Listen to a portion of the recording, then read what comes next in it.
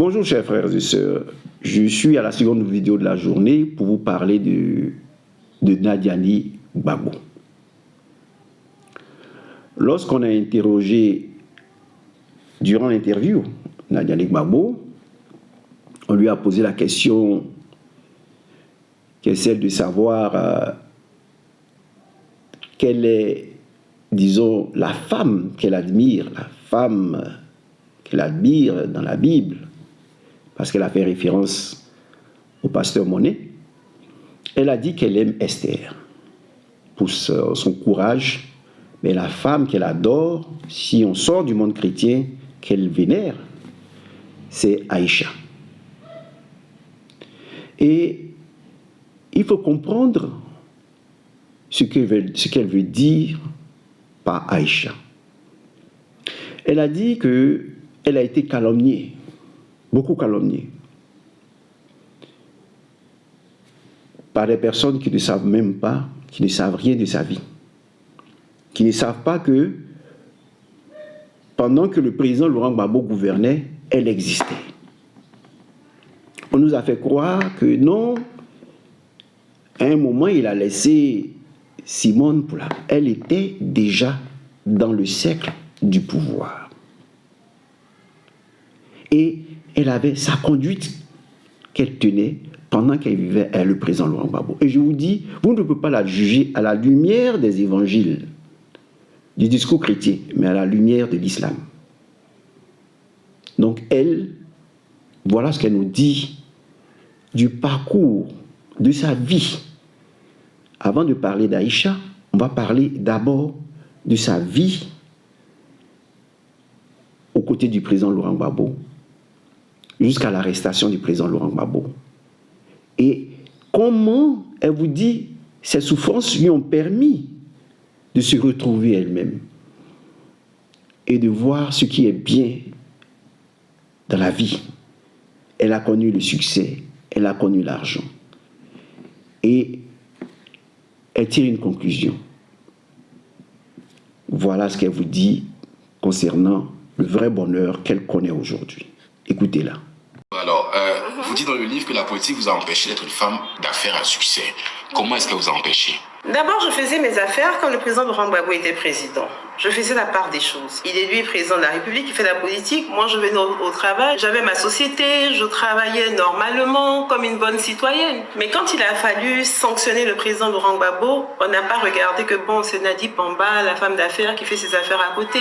On m'a pénalisé justement parce qu'on avait des choses à lui reprocher.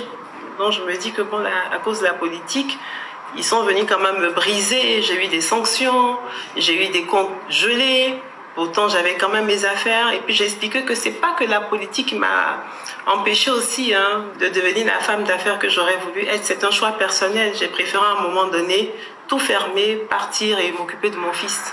Et j'ai pas de regrets. Vous n'avez aucun regret aujourd'hui? Non, aucun. La vie est un choix. Qu'est-ce que ça dit de vous? C'est une loyauté sans faille, c'est un amour pour sa famille. Qu'est-ce que ça dit de vous, ce choix que vous avez fait? Ce que j'aime bien, c'est d'abord ça, c'est d'abord un amour. J'ai pu savoir ce à quoi je tenais le plus dans ma vie. C'est ça, j'ai compris que c'est pas l'argent, j'ai compris que c'est pas être une femme d'affaires. J'ai compris. Et je leur dis merci pour cette épreuve. Et ça m'a permis de me retrouver moi-même. Pour revenir au livre. Certains me diront oui, parce qu'elle a connu l'argent, qu'aujourd'hui elle s'en fout de l'argent et tout ça, et qu'elle considère que l'amour est la chose la plus importante. Eh bien, je voulais vous dire qu'il faut toujours écouter ces personnes qui sont passées par l'argent. On sait que vous, aujourd'hui, vous avez des problèmes avec votre courant, votre électricité et autres. Mais lorsqu'on vous demande de vous battre, est-ce que vous vous battez? Lorsqu'on vous demande simplement de cliquer pour vous abonner, dans le cadre du combat, vous ne le faites pas. Parce que vous enviez les autres. Parce que vous dites, ah, si je le fais pour celui-là, il va s'enrichir et moi, non. Non. Quand tu donnes, tu reçois. Quand tu donnes, tu reçois.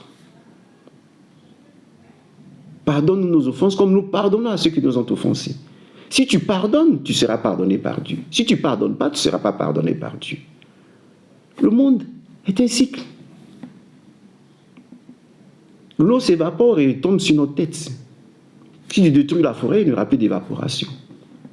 Eh bien, la vie spirituelle, la vie de tous les jours, c'est comme ça. C'est pas l'argent, on l'obtient quand on est bon. Dieu nous donne l'argent quand on est bon. Quand on n'est pas bon, on suit le chemin de l'âge du démon, et puis on va vendre son âme pour avoir de l'argent. Ça, c'est ce qui concerne la vie de Nadia Gbagbo, qui dit, moi, dans la position où je suis heureuse, parce que j'ai tiré une leçon de tout ce que j'ai connu. J'avais l'argent, j'ai perdu l'argent, je ne suis pas devenue femme à succès, comme je voulais. La politique, ce n'est pas seulement la politique, mais c'est aussi le choix que moi j'ai opéré dans ma vie. J'ai préféré me mettre à la disposition de mon fils, de mon époux. Et aujourd'hui, je pense que c'est la chose la plus importante dans la vie de tous les jours. Et je vous dis que c'est important. Vous pouvez vous trouver dans un campement avec votre épouse. Vous n'avez rien autour, mais l'amour qui vous lie vous rend heureux. Et vous n'avez pas besoin de venir à Paris, de voir, qu'est-ce que ça vous donne de voir des immeubles et autres? Rien. Vous voyez, et puis après, c'est la monotonie. Vous voyez les États-Unis, et puis après, c'est la monotonie. Ce qui est essentiel dans la vie de tous les jours, c'est l'amour. L'amour en des êtres, en des conjoints. C'est ce qu'il y a de primordial, c'est ce qu'il y a de plus intéressant. Maintenant, on va passer à un degré un peu plus élevé, sur le plan spirituel. Lorsqu'on demande, elle nous dit que Aïcha a été calomniée. Quand on parle d'elle, on dit quel est ton modèle. Elle dit Aïcha a été calomniée. Et que Dieu a envoyé un verset à Mahomet, Nour, la lumière, qui a restauré, rétabli Aïcha. Et elle nous dit qu'elle aurait voulu être auprès du prophète qui recevait les versets. Eh bien, elle nous explique en fait ce qu'elle connaît auprès du président Laurent Gbagbo. C'est-à-dire qu'une femme peut tomber amoureuse d'un homme pour son physique, mais après quelque temps, quand ils connaissent des problèmes de facture et autres, elle dit, mais ton physique ne nous donne pas à manger. Elle peut tomber amoureuse de ses belles paroles, et puis après elle dit, mais tu as parlé, mais rien ne s'est réalisé. Mais elle peut tomber amoureuse de choses qui restent éternelles, comme l'intelligence d'un homme. Et c'est ce que nous constatons chez Nadia Gbagbo, l'intelligence. Et quand le président Laurent Gbagbo parle, quand il parle à Port-Bouy, vous la voyez être contente, comme l'étudiante qui admire son prof. Eh bien, cela est très important, parce que celui qui arrive à tomber amoureux de la culture, de la science, des choses indispensables à la vie, se remplit plus l'âme que l'argent. L'argent te rend esclave de tes désirs. La connaissance te permet de t'élever et d'identifier aux anges, d'avoir une nature angélique. Et ce prophète qu'elle aurait voulu connaître, eh bien, il est à côté d'elle. Écoutez ce que dit le président Gbagbo lui-même du modèle qu'il veut suivre. C'est la personne qui est son modèle dans la vie. Écoutez-le parler. Moïse est l'homme politique que j'admire le plus. Les Hébreux qui avaient la foi en Dieu avant même Moïse, il y en avait beaucoup. La différence entre Moïse et les autres, c'est que lui, il était instruit. Je ne connais pas dans les luttes révolutionnaires un ignorant qui dirige une révolution. Les 5 premiers livres de la Bible, qui sont les livres attribués à Moïse, c'est le fondement de la morale dans le monde entier. Il ne faut pas voler, il ne faut pas mentir. Aujourd'hui, ça a l'air banal quand on le dit. Mais il a fallu que quelqu'un l'écrive. Il a fallu que quelqu'un le théorise. Moïse est quelqu'un qui a véritablement transformé le mode de pensée dans le monde entier. Et quelle que soit la religion dans laquelle on se trouve, on est tous des mosaïques. Voilà ce que j'appelle un authentique révolutionnaire. C'est pourquoi je suis attaché à ce personnage mythique. Le président Gbagbo nous dit qu'il n'a jamais vu un ignorant être à la tête d'une révolution. C'est un historien qui parle. Il n'a jamais vu un ignorant être à la tête d'une révolution. Et il parle de Moïse comme celui-là qui était un érudit, un intellectuel, un instruit, quelqu'un d'instruit. Et je vous propose Cheikh Anta Diop qui abonde dans le même ordre d'idée lorsqu'il dit comment nos ennemis réussissent à nous avoir. Écoutez Cheikh Anta Diop. Que l'adversaire vous tue intellectuellement, il vous tue moralement avant de vous tuer physiquement. Mais c'est de cette manière que l'on a supprimé des groupes entiers. On vous nie en tant qu'être moral, on vous nie en tant qu'être culturel. On ferme les yeux, on ne voit pas les évidences. On compte sur votre complexe, sur votre aliénation, sur le conditionnement, les réflexes de subordination et sur tant de facteurs de ce genre. Et si nous ne savons pas nous émanciper d'une telle situation par nos propres moyens, mais il n'y a pas de salut. Le conflit, il est partout, il est à tous les niveaux, il est dans tous ces débats, il est jusque dans nos relations internationales les plus feutrées. Nous menons et on mène contre nous le combat le plus violent même que celui qui a conduit à la disparition de certaines espèces. Et il faut justement que votre sagacité intellectuelle aille jusque-là. Ce que j'ai dit un peu dans la préface de Obenga, c'était cela, que par la connaissance directe, l'Afrique doit être capable de saisir une vérité, de savoir qu'elle est en possession d'une vérité, quel que soit le domaine d'ailleurs. Ce n'est pas seulement dans le domaine culturel. Et de se maintenir au niveau de cette vérité en prenant des mesures conservatoires jusqu'à ce que tout le monde joue le même jeu. Il faut savoir que l'adversaire vous tue intellectuellement. Il vous tue moralement avant de vous tuer physiquement. Pourquoi je vous ai parlé de Nadiani Gbagbo, d'Aïcha, qu'elle aime imiter, du président Laurent Gbagbo qui nous dit on ne peut pas diriger une révolution si on est ignorant, et de Cheikh Anta Diop, pourquoi je vous le dis?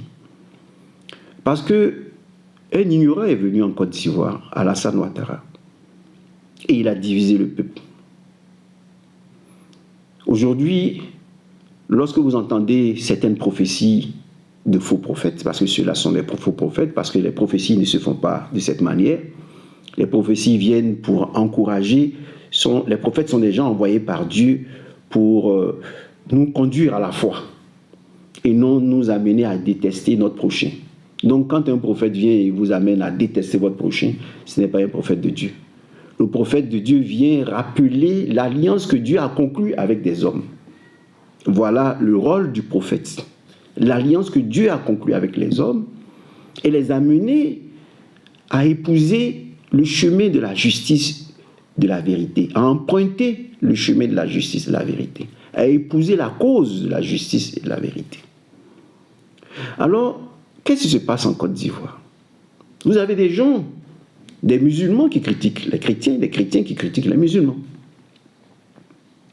Et je voudrais d'abord enlever la paille qui est dans l'œil des chrétiens, puisque je suis chrétien. Vous voyez des gens qui arrivent, qui vous disent moi j'étais musulman, je suis devenu chrétien, et la sourate 4, verset 89, vous dit que vous n'avez pas le droit de quitter l'islam, sinon on vous élimine physiquement. Ok. Mais lorsque vous allez fouiller cette sourate, il y a des contextes dans lesquels Mahomet parle. Il vous dit, si vous êtes en guerre, et vous avez ces gens-là devant vous qui ont renoncé à la foi, vous pouvez les éliminer. Parce que dans le même Coran, il est dit qu'un musulman doit toujours soutenir un autre musulman. Mais dans ce cas précis, Mahomet dit que si vous êtes en guerre contre ces personnes, n'hésitez pas à les éliminer. Ce ne sont pas, puisqu'ils vous ont tourné le dos. Les musulmans aujourd'hui interprètent erronément cette chose. Je vais vous le dire pourquoi. Mais il faut expliquer d'abord aux chrétiens que ce verset coranique est comparable à ce que Moïse a dit aux gens qui ont dit à Jésus face à la femme adultère que Moïse avait permis de répudier aux hommes de répudier leur épouse. Et qu'est-ce que Jésus a répondu? Jésus a dit, Moïse a donné ce type de loi, reçue de Dieu justement, parce que le cœur de vos pères était mauvais. Il a permis la loi du talion parce que le cœur de vos pères était mauvais. Donc, œil pour œil, dent pour dent, ou répudier une femme, c'est inspirer, susciter dans le cœur des hommes la crainte de Dieu. Parce que la règle d'or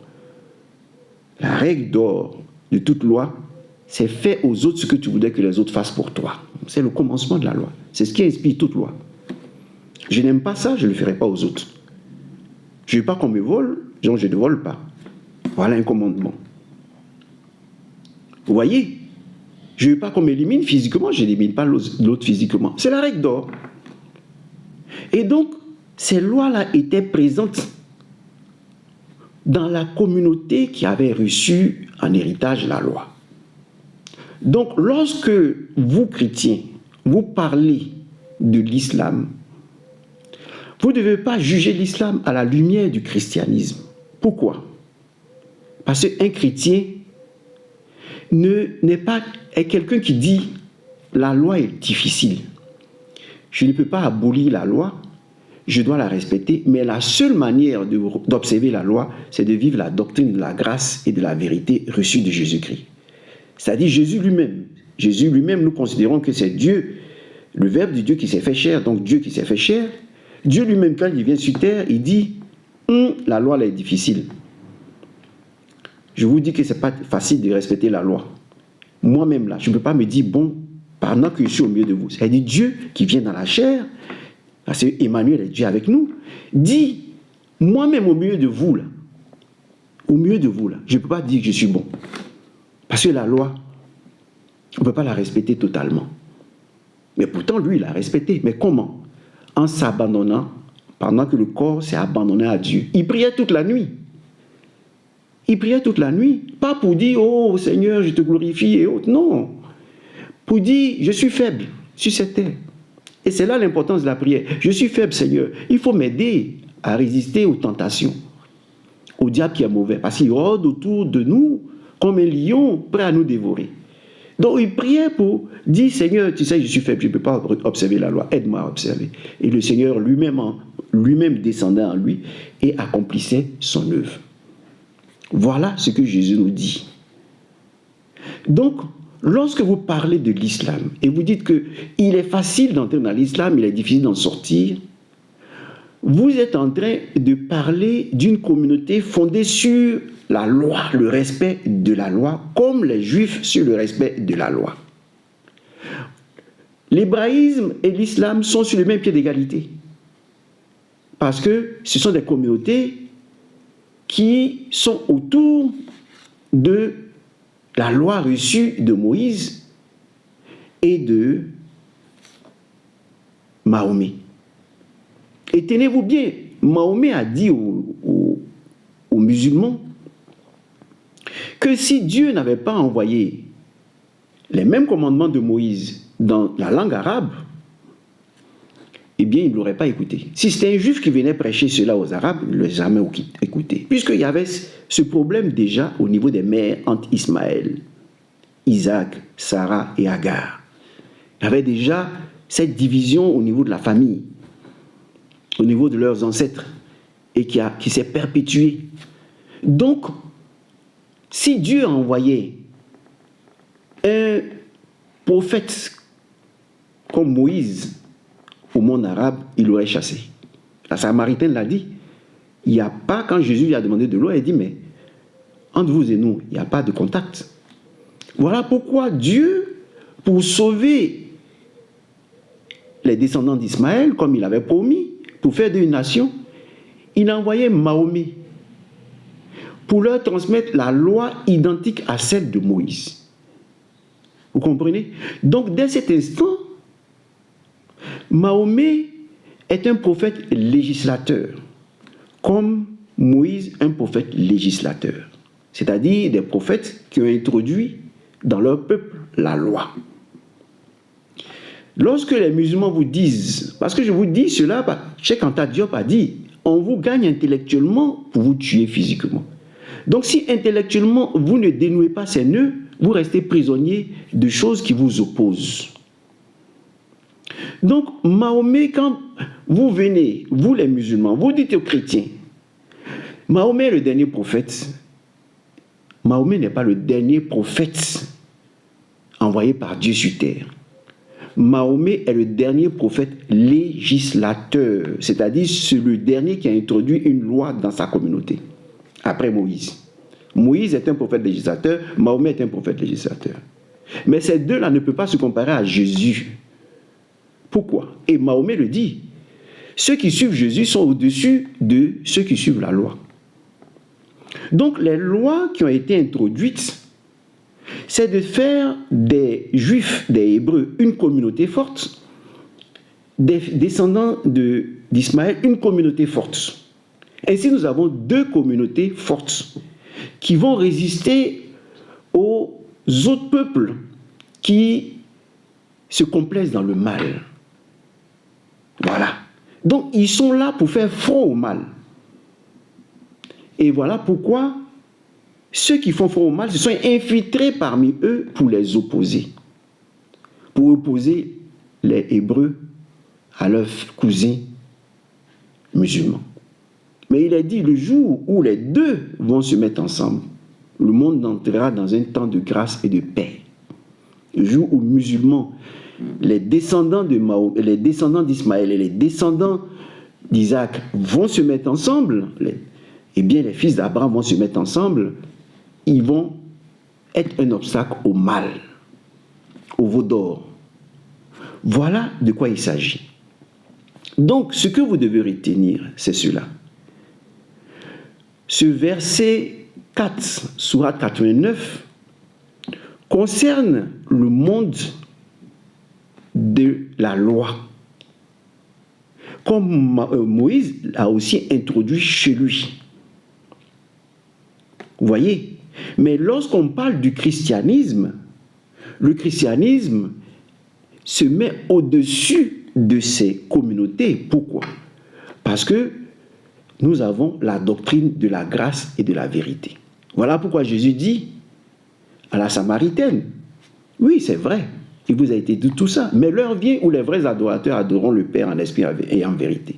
C'est-à-dire, avec Jésus, on parle de la communauté, du communautarisme à l'individualisme. On parle de ceux qui... On part de la communauté, oui, je suis musulman, je suis chrétien, on sort de là, on sort de la religion pour épouser la spiritualité. Jésus ne nous propose pas la religion, Jésus nous propose la spiritualité. Celui qui adore Dieu, il dit, les vrais adorateurs adoreront Dieu en esprit et en vérité.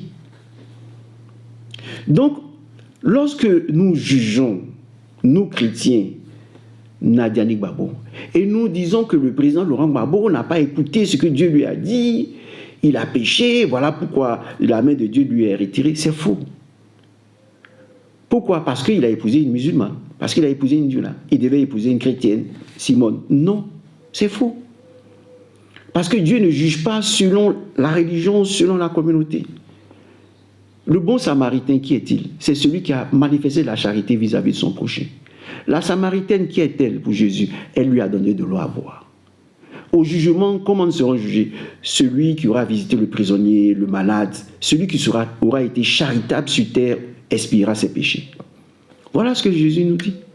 Il ne nous dit pas, si tu es chrétien, si tu appartiens à l'Assemblée de Dieu, si tu es catholique, tu seras sauvé, ou si tu es musulman, tu seras sauvé. Non, il nous dit que si nous sommes charitables, nous expirons nos péchés.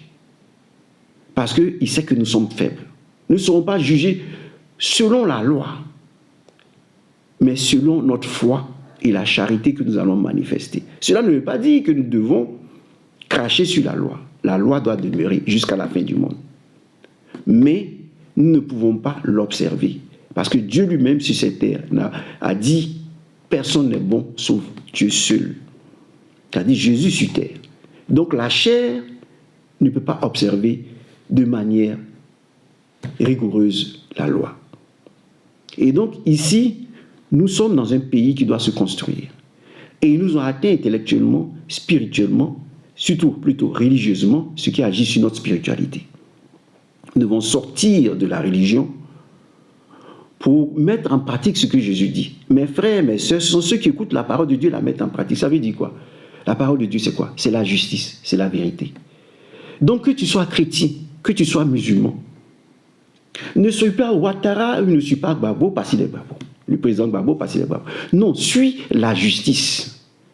Suis la vérité pour le salut de ton âme. Dès cet instant, le terme Nadi Gbagbo musulman disparaît de ta tête. Parce qu'on forme une communauté de gens qui recherchent la paix, la justice.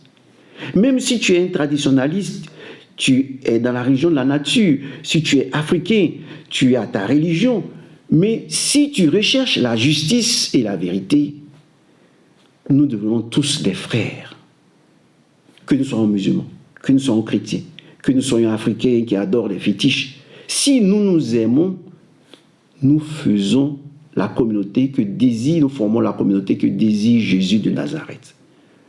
Voilà comment vous devez vous libérer intellectuellement, culturellement, sur le plan religieux, pour former une communauté ivoirienne, unie, forte, qui peut, disons, consolider la démocratie et faire en sorte que le grain de la démocratie jeté par le président Laurent Gbagbo puisse germer. Je suis déjà à plus de 20 minutes avec tout ce que j'ai à mettre, alors je voudrais m'arrêter là et poursuivre après.